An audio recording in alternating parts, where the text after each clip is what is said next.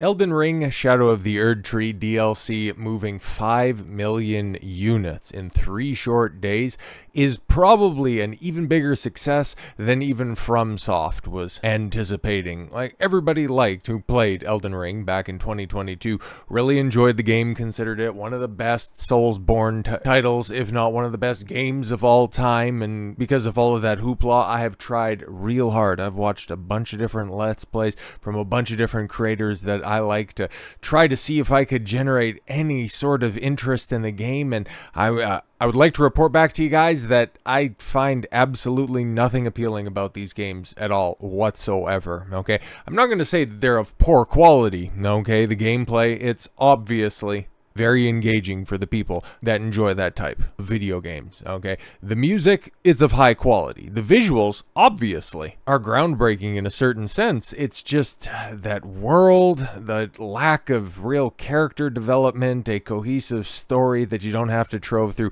thousands and thousands of lines of hidden dialogue and hidden lore. It doesn't do anything for me. Okay, I'm not saying it's bad, it's just, it's not for me. I'm not coming into this with any kind of bias against or for the property. I'm just here to simply talk about this game's overwhelming success, which, empirically speaking, there's no other way to spin this. 5 million sales, and only 20% of people have turned it in for their different reasons. Either saying it's too hard, or I've heard some critiques that, you know, some of the boss designs now they're just kind of foregoing gameplay elements for spectacle, which, I don't know, maybe people who are more veterans of the genre can accurately assess that. But generally speaking, the masses have spoken, and they are down with this DLC. Now there's talks whether or not it can win Game of the Year. It can be one of those expansions that goes and redefines categories. It's that popular right now, and looking at the price tag associated with this, I would say you might as well categorize it and classify it as being a separate game to begin with, because what's it sitting? I think Canada side of things, it's $40 or $50, so I know that you get a hell of a lot of content in it, okay? I'm not shortchanging this at all. It looks like you get a pretty complete package with new mechanics, new boss battles, a brand new area to go ahead and traverse. It's just people have their complaints. It's too difficult, or the enemies are just simply too spongy and your eyes glaze over when it comes to the once engaging boss mechanics. It's like, okay, cool. You guys can go ahead and discuss that. I would much rather hear those conversations and listen to those, as opposed to whether or not something ended up going woke, or it ended up bringing on a consultancy firm that ended up destroying an otherwise good premise. I would just rather go back to old nerd conversations instead of nefarious tourists coming in and ruining an industry. I'm glad the little bit of discourse that's out there is just simply centering around the mechanics of a game. That was old school gamer talk back in the cut. This is the type of stuff that you can only have when it comes from Eastern Development Studios, obviously. So, how's FromSoftware going to follow up on this? A rousing success. I don't know if they have any future plans for more DLC. Obviously, the calls for an Elden Ring 2 are going to be very loud after this, but it kind of looks like we're getting to a point where FromSoft, they just kind of want to expand into other directions with Hidetaka Miyazaki. I might be mispronouncing his first name, my mistake. No offense, but he's the director at FromSoftware, okay? Can get behind a movie adaptation. A movie adaptation, okay? Like, for as much as people like Elden Ring and these Soulsborne type games, do they really tell a story that's conducive to a movie or a TV series? I legitimately don't know, because whenever I hear people praise these types of games, it's mostly for the gameplay. I don't know how well it would end up translating to the screen. But with that said, you can see the follow-up line here, okay? Miyazaki can get behind a movie adaptation, but only if he's not heavily involved. This guy, he just wants to make games, and I do appreciate that, okay? Leave the story stuff up to the guys who make the stories, okay? I don't think myself or FromSoftware have the knowledge or ability. That's good, man. You know what you're good at. You just want to go ahead and perfect that. I can appreciate that. That's fantastic. Elden Ring's Hidetaka, sure, Miyazaki, says he'd have no problem with Hollywood adapting the video game into a movie or TV show, but only on one condition. He and the rest of FromSoftware not be heavily involved. In a new interview with The Guardian per VGC, the studio president explained, "I don't see any reason to deny another interpretation of Elden Ring, a movie for example, but I don't think myself or FromSoftware have the knowledge or ability produce something in a different medium. So that's where a very strong partner would come into play." And of course, right, because FromSoftware responsible for all the previous Souls games, okay? Demon Souls, Dark Souls, Sekiro, might be missing a couple, but you know, got the general swath of them. And then obviously it's the most popular gameplay style that is definitely defining a generation and a half at this point in time. They know what they're good at. Okay, and that's why, in regards to Elden Ring, they brought in somebody else to help fill out the world, expand the world building. Probably the preeminent voice when it comes to this stuff, okay, and somebody who will never finish the goddamn books. George, finish the books! But when all of this call, okay, I don't know where the call originated from in regards to people wanting Elden Ring adapted to film, adapted to television. But George, not satisfied with how many Game of Thrones spin-offs, okay, because you got House of the Dragon currently going, okay, you got Aegon's Conquest greenlit, you got the Duncan Egg stuff coming out in early 2025. I think you got the Nymeria 10,000 Ships show. Like, you got so much stuff that's out there. Not to mention, you know, Winds of Winter and A Dream of Spring. But don't worry about that stuff. Who really wants him to finish A Song in Ice and Fire? Who actually wants him to finish, well, any of his stories? Because we know the last time that we actually had a conclusion to one of his works, he was so terrible. So yeah, if you just start projects and never finish them, well, you can never get blamed for the terrible conclusions, right? Right?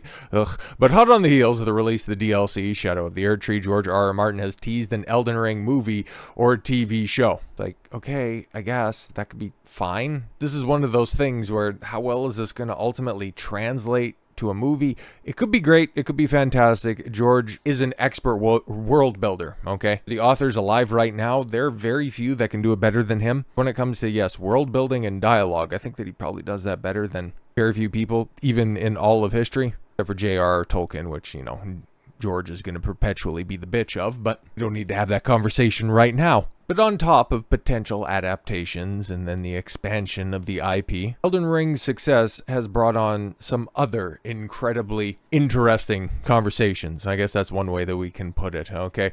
Where you have this lady right here, okay? She certainly had a hot take right here, and as you can see from this clip right here, just about 12 million views on it. Well, it's been seen a fair few times, and well, it kind of has to be listened to in order to be believed, because it's certainly something. Is concerned. There are long-term disabilities, there are situational disabilities, there are temporary disabilities.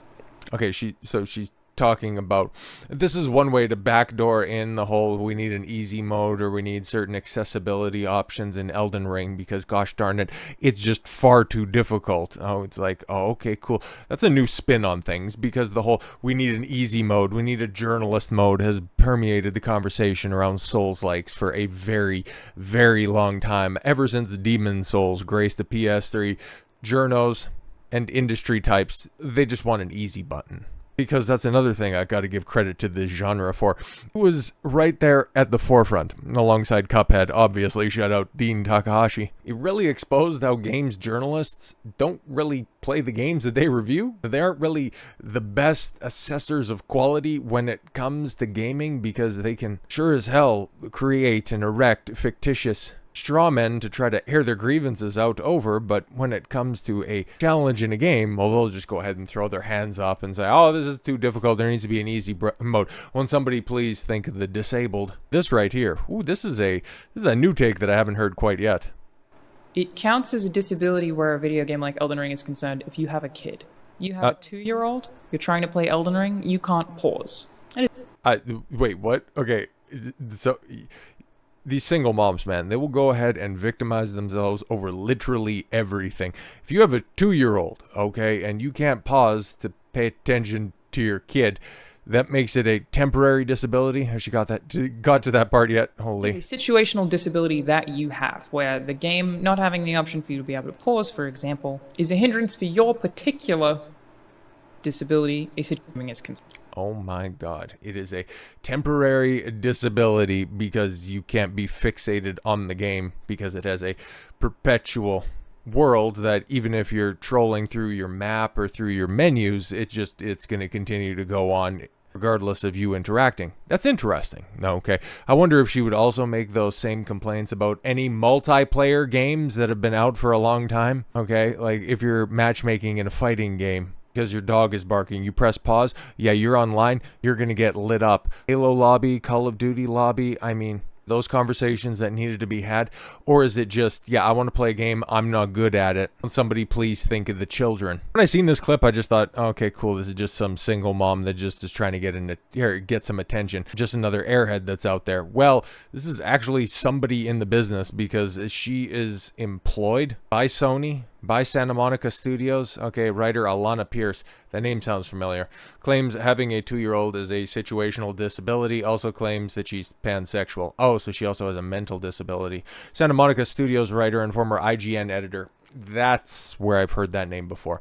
Alana Pierce recently claimed in a video discussing Elden Ring's DLC Shadow of the Erdtree that having a 2-year-old is a situational disability. You know what? Hey, I gotta go to bat for this airhead. She's not wrong in her assessment. It's just her application of said theory is not going to come across well, okay? Because yeah, if you're temporarily distracted, yeah, you have a situational disability. You are not able to focus on a task and apply the best of your abilities to said task at a moment where you are being distracted. It makes sense. It's just not exactly a winning argument, okay? Pierce stated, I'm not actually asking for an easy mode. No, actually, this is exactly what you're doing.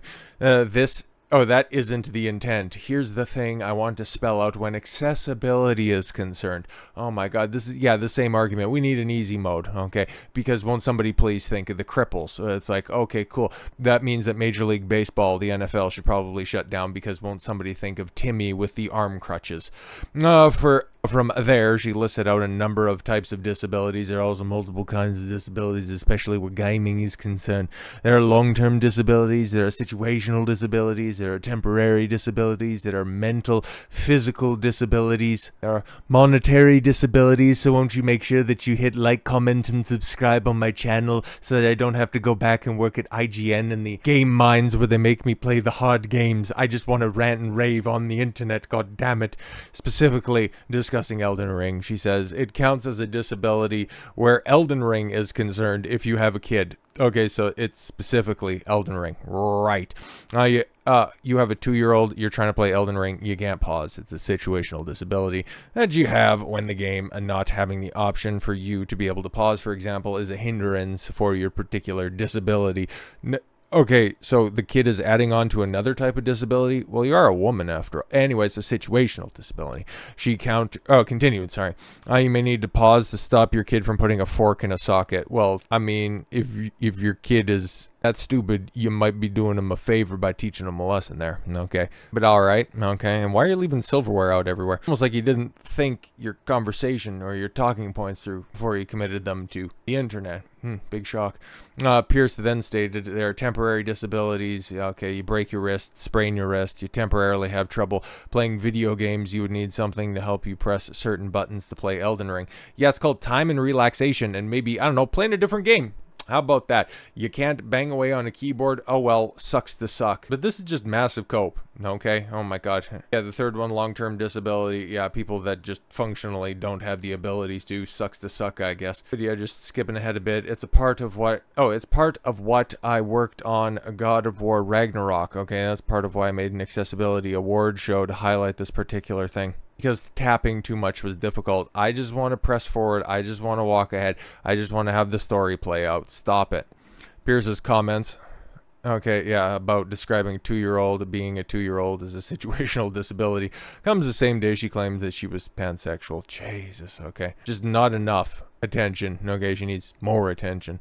In a video uploaded to her Alana IRL channel, she stated, "As for my what my identity is, I don't care what you want to call it. I think the term that fits me based on my literal description is pansexual.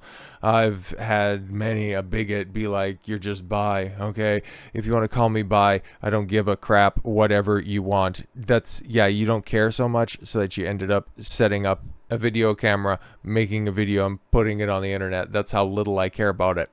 Okay. But for me is basically, I don't really care about somebody's gender or genitals or whatever. I don't care what you have. I don't care what you identify as. You sure tell everybody that you don't care so much, but you got yourself in a bikini, hopped in a pool, and then you told the world how little you care about stuff.